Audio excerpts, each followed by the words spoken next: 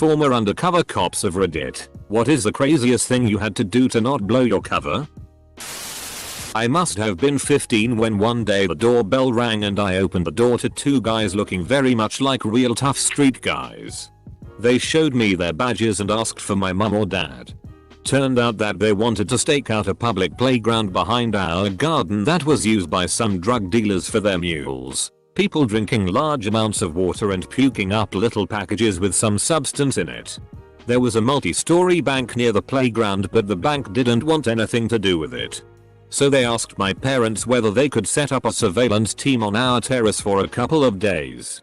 My parents allowed it. And my mum prepared food for the guys all week long. I know a guy who often went undercover as a junkie. He was committed. He'd stop showering for a while before a gig and piss on his tracksuit before going into work. He was so good that he managed to get the same dealer convicted twice in the space of a year and they never suspected he was the rat. He had multiple police records under different names too. City cop here. We don't do too much long-term undercover, but our general orders have a policy covering use of drugs on duty in certain circumstances. While it doesn't specify that we can do drugs, it states that if we consume them we have to immediately respond to our department's health clinic for documentation and treatment. The use of the word immediately made me imagine the undercover cop taking a puff of a joint and standing up straight away, speed-dealing the department and walking out reporting the incident. I once was the gardener for a cop who worked undercover in the Essex trade to identify pimps, traffickers and extract underage kids. She retired early due to mental health issues likely stemming from drug use during her time undercover. To keep cover she would do the drugs that were being offered used. Of course things spiraled out of control for her and suddenly she's on permanent paid leave and she stays in the house most days hiding from the world. So for her, what she did to keep cover is offer up her sanity in exchange for some successful arrests. My father worked for ONSIS. He told me about an incident where his guys set up a sting to bust some drug suppliers who turned out to be local police setting up their own sting. They figured it out when they tried to bust each other. Edit. My cousin was an undercover ATF agent. Anyway. They were trying to bust some guys for illegal alcohol distribution and were building a rapport by going undercover. My cousin doesn't take his ATF badge with him when he's undercover because if anyone ever saw it, he could get shot. Anyway, some hot-headed black and white cops came over and started harassing them. My cousin couldn't blow his cover. But pretty soon the police started getting physical and they beat crap out of my cousin and the guys he is trying to get evidence from.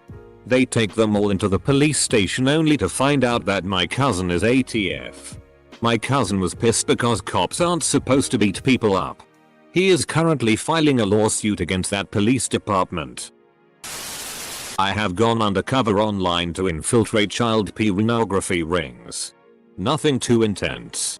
But I had to interact with suspects online over phone who were f***ing sick in the head and act like it was not the most vile shit in the world. Not very exciting, but a guy that worked with me was going to this biker bar frequently to get in with a gang, drug related. He didn't want to get hammered and do something stupid, so he would take his beers into the bathroom with him, dump out half and fill it with water. Drinking watered down beer is the real crime. As a former correctional officer, we had a situation where a major police department planted a cop in the prison to get information on a guy they believed was orchestrating hits from inside the prison. The warden knew and I knew, by accident, but not a single other CO knew. Nor did any of the staff. Including medical. And that's the way they wanted it. He went through receiving. He was categorized and placed. It was wild. He was there for a week. Got the info they needed and got him out. It didn't become public knowledge that he was undercover until after I had left, and it was a long while after as they were making a case. That was a surreal moment. You're missing important details. Did he wear his own face or the face of the brother of the guy they wanted information from? Were there any magnetic boots?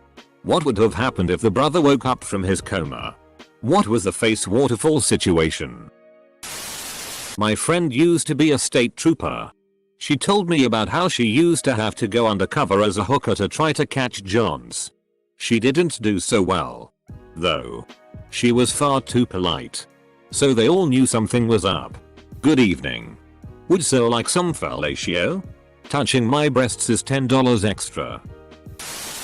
Read Good Cop, Bad War if you want some gnarly undercover stories. Not a former undercover cop, but I have a second-hand story about an undercover cop. So, this guy appears out of nowhere and befriends a relative of mine who was involved in illegal stuff. Dude was very friendly and just down to party. Had money. Paid for. Product. Everything. Would drop in on parties and even allegedly hooked up with hoes. Then he placed an order much larger than before. Few weeks later, relative of mine is arrested and is currently in prison.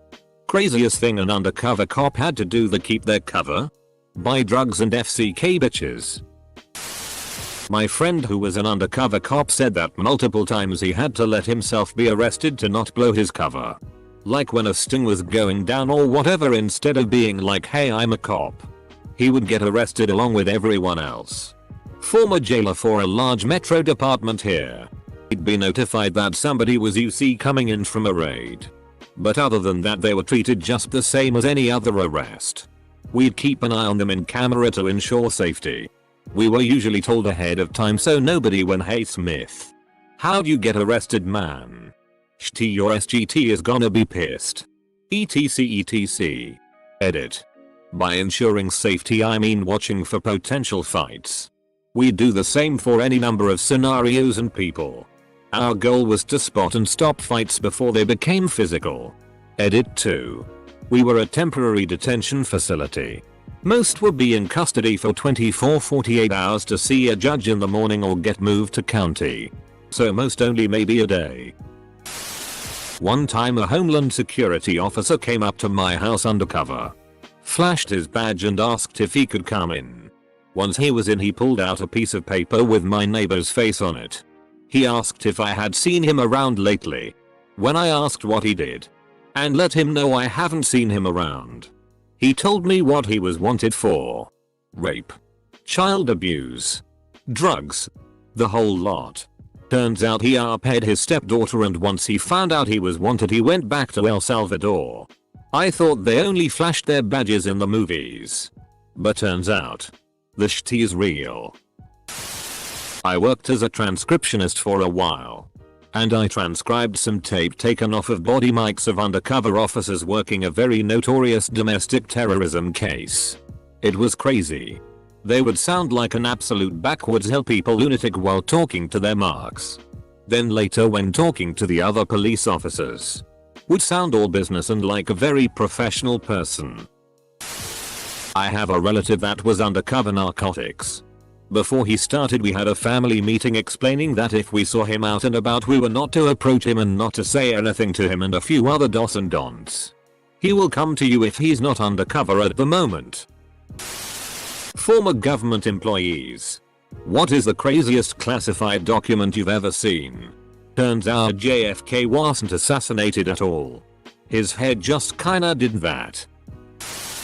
My cousin who's in secret services acted like a drug addict, homeless beggar and semi-crazy Muslim religious salesman owning stall for surveillance purposes. Well, since no one is saying anything, I'll just throw out a slightly on-topic conversation change. There's a show on Netflix called Deep Undercover. They are all 25-30 minute episodes about a real-life undercover operation. There's like 50 episodes and some of them are completely insane. I think the craziest one was about the New Orleans Police Department. I highly recommend it. Edit. Since so many people are wanting to watch this show, don't get your hopes up for binge watching purposes. They all have the same format, so after 7-8 episodes it starts to get really repetitive. I usually watch a couple before I get bored. But the first night I watched a shit ton. My cousin worked undercover in the biker community. He was really into working out and bodybuilding, so he managed to convince everybody that he treated his body like a temple and didn't drink, do drugs, or eat like shit. That wasn't very far from the truth, so it wasn't hard for him to play that part. He is also a former Marine sharpshooter, so he is tough as nails and pretty heavily tattooed, so he definitely gave off a don't FCK with me vibe. I know a guy, retired police officer, who works as an investigator of crooked doctors. He dresses up in disguises and is given a fake name to use. He goes into doctors' offices and tries to find out if a doctor who is suspected of overprescribing narcotics is legit or not. He told me a story about a time he went in to see a dentist about a minor toothache and walked out there with a prescription for Percocet and Dilaudid. He says there are plenty of legit doctors out there. It wasn't me, but my grandfather. Guy worked narcotics. Had to get in with some guys who dealt meth and was pretending to be a user himself. I believe he actually had to shoot up once or twice. One day one of the higher ups was starting to get suspicious. Didn't believe my grandpa was actually a user or anything because he didn't have any marks on his arm, where they normally do, and my grandpa told them that he doesn't shot there, but near his pelvis. Said he was more than happy to pull down his pants and undies to show him. Dude didn't want to see any dick and my grandpa got away with it. He lives in a whole ass other state now for safety reasons because a lot of the guys he put away years ago are now getting out. Nice try, drug lord. So I read this as Underwater Cops for some reason. And I thought that there was a whole world of policing that I was missing out on. Feels bad, man. Forgot your serious tag. I don't think not doing it would have blown my cover exactly. But I did end up at a weird SX party and went skinny dipping in a pool filled with Skittles. Could have reasonably ducked out. But I needed to build rapport with people. Okay, I was convinced this was real until the Skittles part. Now I'm not too sure. A part of me really wants to believe it's true. So real until proven not. Posted on a subreddit about this crazy thing I did to not blow my cover, but the uniqueness of the post blew my cover. Semicolon. Meter. I had a former undercover narcotics cop tell me he took a beating to prove he wasn't a cop. Dave. I got chatting to an ex-cop in an Irish bar in Baltimore. He had worked an undercover case of breaking a high-end brothel. He had to pretend he was a British businessman to get in as they didn't handle locals. Practice the accent and all. Once the op went down he had issues telling his partners to come in. By the time they broke in he had already done the deed with 2 women on top of him. I see you watched the HBO series The Wire. At Burning Man they have all of these things that people warn you about. One of them is that if there is a pretty girl completely naked and she dances with you and looks super free and asks you for drugs, it's an undercover cop. Don't know if it is true. I'm not, no one is falling for that. Definitely not my boy Chris. Not me, but a close family friend worked for 3 years as an undercover homeless narcotics officer in a beach city here in southern CA. He was born and raised in this city, so he fit in perfectly. He didn't cut his hair or beard and wore a colorful poncho sweater every day with 2 rotating days off for almost 1,100 days. He was so good at it he refused several promotions and became known as Hobby Cop around the department and family. I used to be undercover. I did time. I had to deal drugs. I had to kill. I was so good at it. It got me a promotion. I was a park ranger and drove my personal truck with a bunch of building debris I took out of a dumpster piled up in it so I could catch a guy who was dumping asbestos siding. I had to go steal garbage to pass as a fellow dumper. There was an undercover narc at my high school. But he wasn't very effective. Narcs are supposed to be young looking cops. But this guy looked like he was 50. He had bleached skin and these big, watery eyes. His first day at school, he came up to a group of us and said, "How do you do, fellow kids?" It was surreal. I don't think he lasted the day. Answering for my husband because he only lurks. Also, this was from a simpler time before the internet. My husband and his brother worked for neighboring departments. Husband was undercover narcotics and his brother was a beat cop. One night my husband was buying some crack from a group of dudes. One of the friends of the seller recognized my husband. Probably from court or something. The seller's friend started saying this guy is a f-king cop. I know he's a cop. I've seen him before. You have to tell us if you're a cop. First of all, that's not true. Second of all, my husband is a dick. My husband replies, no, I'm not a f-king cop. My piece of shitty brother is. How do you know my brother? Why do you know cops in neighboring city? Seller. Your boy is a f-king narc. I'm not about to buy from a f-king narc. Seller and his other friends beat the shitty out of the guy who recognized my husband. Husband left the location unscathed. But on crack. One time I had a Hollywood special effects guy to rig me up with a squib and radio control remote under my clothes. I was supposed to get shot in a bust, where the two connected individuals would be there to witness. The facade was completed a couple months later, where I got an outpatient procedure to recreate a scar that looked like a bullet wound. About a year after that, I was reinserted with so much cred, I made it all the way to upper management and helped bring the organization down. One time McNulty had sex with a prostitute to not blow his cover in the process of stinging the ring. Okay, the typical I'm not a cop, but I worked forensic psych for over 15 years. Not long after I got started there was a story in the newspaper about a young cop who had just graduated from the academy. He was young but looked very young. Like 16-17. So the powers that be decided to put him in schools to combat the growing drug problem, and he was playing a high school student interested in buying dealing. Apparently all went well for a while. But then he started using cocaine. This was in the very early 80s. His habit got so bad it was noticed by his superiors and he was arrested. So they sent him to us to see WTF went wrong and if he was responsible for being addicted to cocaine. He looked so young and scared that I felt sorry for him.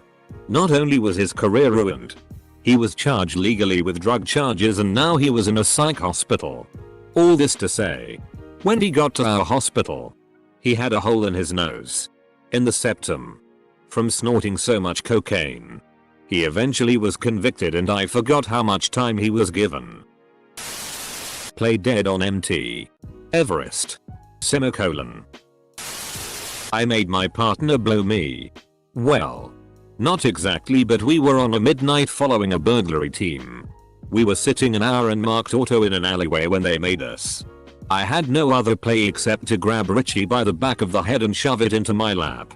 One of the team comes up to the car, says something unfortunate about our assumed sexualities and proceeded to knock the place over. These guys were in the cells all night screaming that we were blowing each other. The bad guys went away for a little while. I got to write the most epic report in the history of policing and Richie got a medal for blowing me. Mostly because I told every living soul who would listen. Nice. I was a UC. I regularly worked ruses because I don't look like what I did. And I was really good at it. I'm not in law enforcement anymore, BC of medical. The craziest thing I did was to let the suspect get close enough to me to think he could influence me. He thought I was a dumb 20-something looking for a job. To be fair, he wasn't a bad looking guy. But with what this guy did, it's a hard no. Selling him on being innocent and naive. I got layouts of his offices, computer counts for evidence and seizure, and identified co-conspirators in the scheme. The indictment was under seal, so my identity was never revealed. Unfortunately for you guys, it's not more glitz or glamour. It was a financial fraud case. My friend was an undercover hooker. One night when I knew she was working, I went down to her spot, pulled up to her and lowered the window. To her surprise, she told me to FCK off before her partner pulled up on me. I can highly recommend reading about Peter R. He wasn't a cop but were working undercover for the Swedish police, which by the way is illegal in Sweden. One of several notable situations was when the Russian mob put him in a room covered in plastic sheets and he managed to talk his way out of it because he had a terrible morning mood. He has a hidden identity and never stays in the same place for too long nowadays. There are a lot of people that wants him dead.